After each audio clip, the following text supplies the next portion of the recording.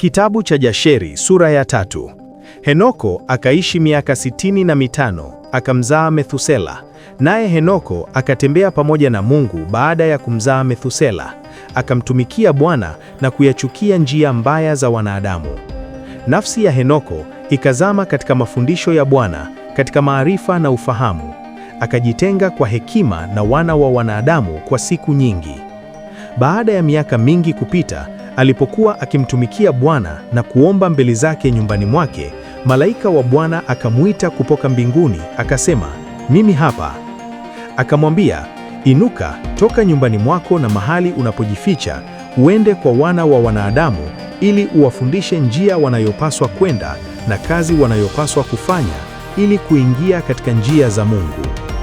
Henoko akainuka kulingana na neno la Bwana, akatoka nyumbani mwake, kutoka mahali alipokuwa amejificha, akaenda kwa wana wa wanadamu, akawafundisha njia za Bwana, akawakusanya wana wa wanadamu na kuwafundisha mafundisho ya Bwana.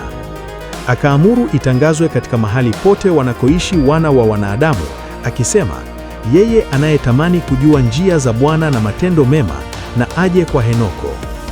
Wana wa wanadamu wakakusanyika kwake, wote waliotamani jambo hilo wakamwendea Henoko. Naye akatawala juu ya wana wa wanadamu kulingana na neno la Bwana, wakamuinamia na kusikiliza maneno yake. Roho ya Mungu ikawa juu ya Henoko, akawafundisha watu wake wote hekima ya Mungu na njia zake. Wana wa wanadamu wakamtumikia Bwana siku zote za Henoko, wakaja kusikia hekima yake. Wafalme wote wa wanadamu, wa kwanza na wa mwisho, pamoja na wakuu na waamuzi wao, walimjia Henoko waliposikia hekima yake, wakamuinamia, wakamtaka awatawale, naye akakubali. Wakakusanyika wote, wafalme 130 pamoja na wakuu wao, wakamfanya Henoko kuwa mfalme juu yao, nao wote wakawa chini ya mamlaka yake. Henoko akawafundisha hekima, maarifa na njia za Bwana, akaleta amani kati yao, na amani ikatawala duniani katika siku za Henoko. Henoko akatawala juu ya wana wa wanadamu miaka 243, akatenda haki na uadilifu kwa watu wake wote, akawaongoza katika njia za Bwana. Hivi ndivyo vizazi vya Henoko, Methusela, Elisha na Elimeleki, wanawe, na dada zao walikuwa Melka na Naama. Na Methusela akaishi miaka 87, akamzaa Lameki.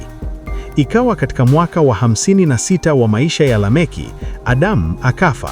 Miaka 930 ilikuwa ni siku zake zote za maisha, na wana wawe wawili, Henoko na Methusela, wakamzika kwa heshima kubwa kama mazishi ya wafalme, katika pango ambalo Mungu alikuwa amewaelekeza. Katika mahali pale, wana wanadamu wote walifanya maombolezo makubwa na kulia kwa sababu ya Adamu. Kwa hiyo imekuwa desturi miongoni mwa wanadamu hata leo. Adamu akafa kwa sababu alikula kutoka katika mti wa ujuzi, yeye pamoja na watoto wake baada yake, kama Bwana Mungu alivyokuwa amesema. Ikawa katika mwaka wa kufa kwa Adamu, ambao ulikuwa mwaka wa 243 wa utawala wa Henoko, ndipo Henoko akaanza kujitenga na wana wa wanadamu na kujificha kama hapo mwanzo, ili amtumikie Bwana. Henoko alifanya hivyo, lakini hakujitenga kabisa nao. Alikaa mbali na wana wa wanadamu kwa siku 3, kisha akaenda kwao kwa siku 1. Katika siku hizo 3 alikuwa chumbani mwake akiomba na kumsifu Bwana Mungu wake. Na siku ile aliyotoka na kuonekana kwa watu wake, aliwafundisha njia za Bwana, na yote waliomuuliza kuhusu Bwana aliwaeleza. Akaendelea kwa namna hiyo kwa miaka mingi. Baadaye akajificha kwa siku 6, akaonekana kwa watu wake siku ya 7. Baada ya hapo akawa akijitokeza mara moja kwa mwezi, kisha mara moja kwa mwaka, mpaka wafalme na wakuu na wana wa wanadamu walipomtafuta na kutamani kuuona uso wa Henoko na kusikia maneno yake, lakini hawakuweza, kwa maana waliogopa sana uso wake, wala hawakuweza kumkaribia kwa sababu ya utukufu wa Mungu uliokuwa juu ya uso wake. Hivyo hakuna mtu aliyeweza kumtazama bila ya hofu ya kuadhibiwa na kufa.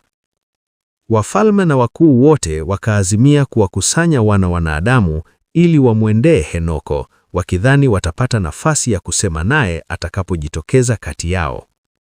Siku ile ilipofika, Henoko akatoka, wote wakakusanyika na kumwendea. Henoko akawaambia maneno ya Bwana, akawafundisha hekima na maarifa. Wakainama mbele yake wakisema, Mfalme na aishi, mfalme na aishi.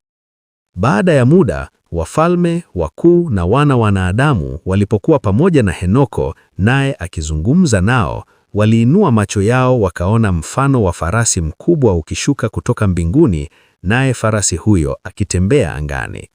Wakamwambia Henoko yale walioyaona, naye Henoko akawaambia, kwa ajili yangu farasi huyu ameshuka duniani.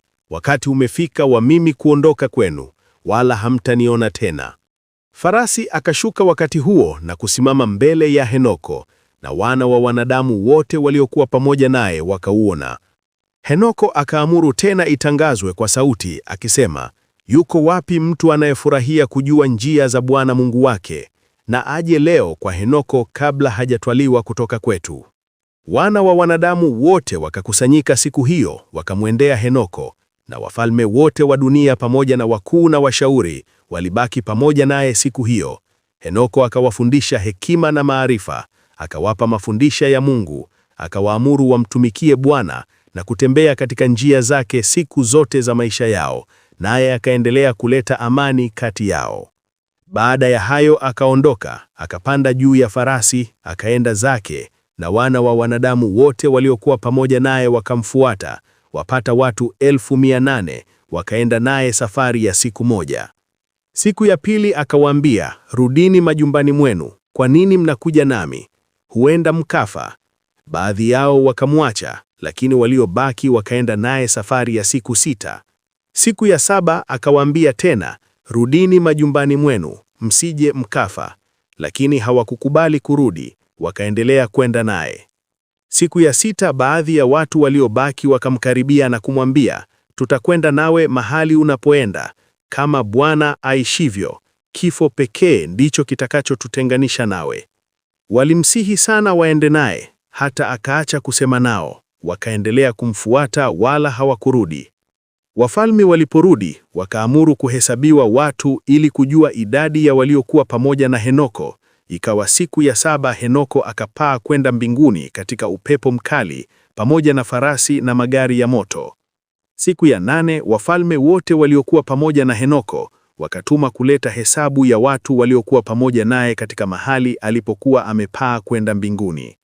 Wafalme wote wakaenda mahali pale, wakakuta nchi imefunikwa na theluji, na juu ya theluji kulikuwa na mawe makubwa ya theluji. Wakaambiana, njooni tuvunje theluji tuone, huenda watu waliobaki pamoja na Henoko wamekufa, na sasa wako chini ya mawe ya theluji. Wakatafuta, lakini hawakumpata, kwa maana alikuwa amepaa kwenda mbinguni.